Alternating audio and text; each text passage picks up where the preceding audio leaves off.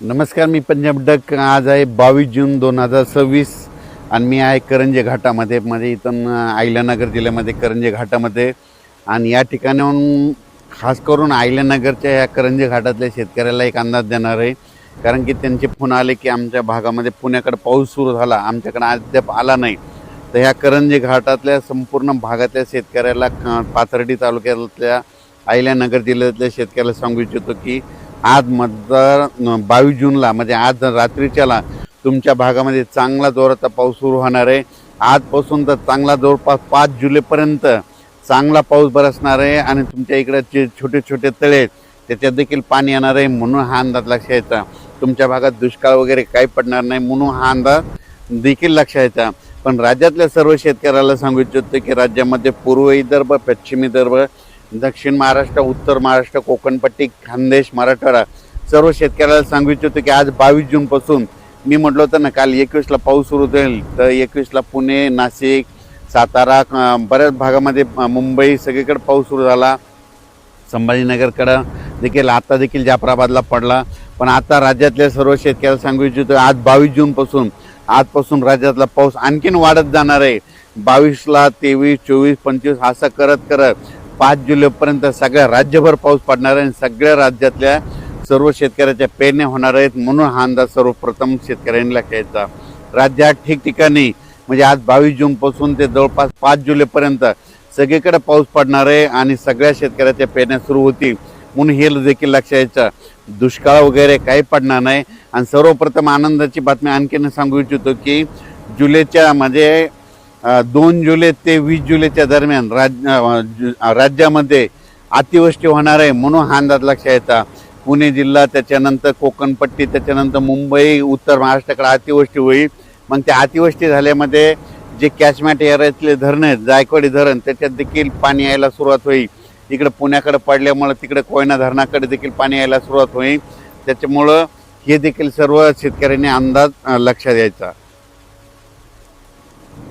आज दुपारनंतर जे पाऊस सुरू होणार आहे 22 जूनला, तर तुम्हाला सांगू इच्छितो आज लगेच काय होणार सगळीकडे महाराष्ट्रामध्ये काय होणार, पश्चिम महाराष्ट्र, कोकणपट्टी, त्याच्यानंतर इकडे मराठवाड्याकडे देखील येणार आहे, विदर्भाकडे देखील येणार आहे.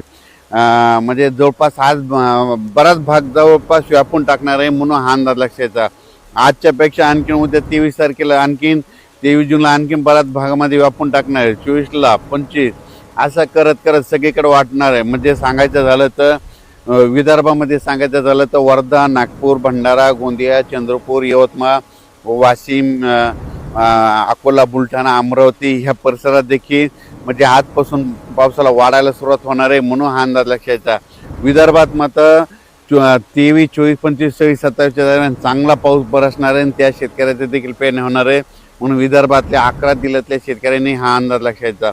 मराठवाड्यात देखील आज बऱ्याच भागामध्ये परभणी जिल्हा, लातूर जिल्हा, बीड जिल्हा, धाराशिव जिल्हा, जालना जिल्हा, संभाजीनगर आज देखील बऱ्याच भागामध्ये पाऊस दाखल होईल. पण उद्याच्याला आणखीन ह्या 5-7 दिवसामध्ये मात्र सगळीकडे दाखल होऊन मराठवाड्यातल्या देखील शेतकऱ्याच्या पेरण्या सुरू होतील, म्हणून हा अंदाज सर्व शेतकऱ्यांनी लक्षात घ्यायचा.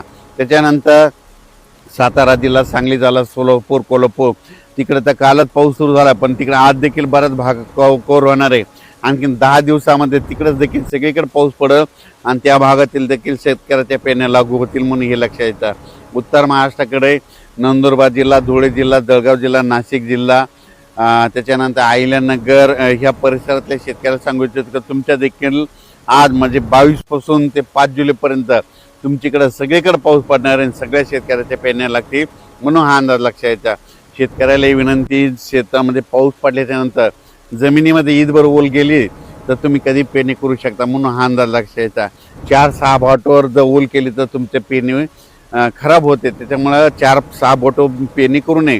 ईदवर चांगले ओल गेल्याच्या नंतर तुम्ही पेरणी कधी करू शकता, म्हणून हे शेतकऱ्यांना लक्षात यायचं. पण राज्यात मात्र आजपासून परत जास्त पाऊस वाढायला सुरुवात होणार आहे.